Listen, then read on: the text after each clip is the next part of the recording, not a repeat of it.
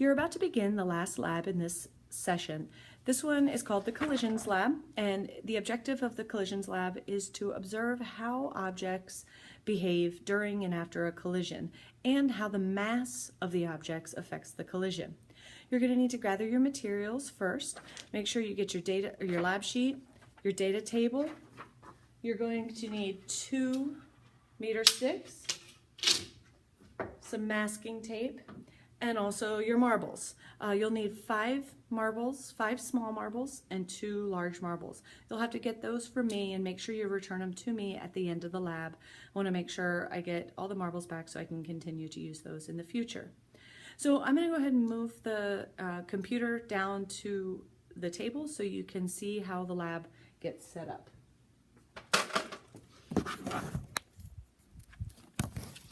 The first thing you're going to do is set up your track, and that is what the meter sticks are for. So the meter sticks are going to help control the collisions by creating a track for the marbles.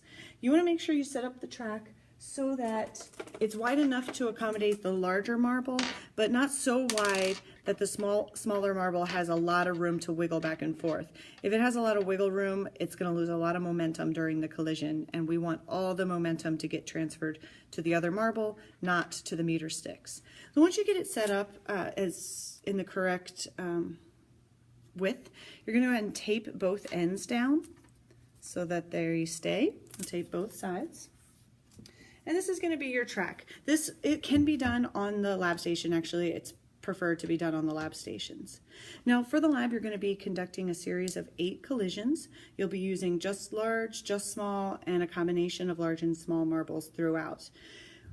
A couple tips for conducting good collisions that are going to give you good data.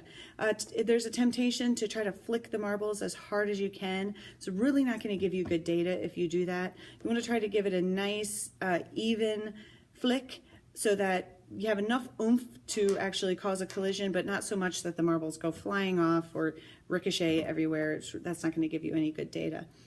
The other thing is to make sure that you have somebody maybe standing at the end of your track so that the marbles don't go rolling off the lab station or falling into the sink or whatever. I've had marbles get lost in the depths of the science lab before. So that's about it. Make sure you're following the directions carefully. At the end, if you could please clean up the lab station by removing the meter sticks and the tape.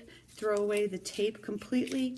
You're going to return the marbles to me and put the meter sticks back to where you found them, as well as the rolls of tape. Then you're going to have a seat and answer the conclusion questions in your notebook. Thanks and good luck.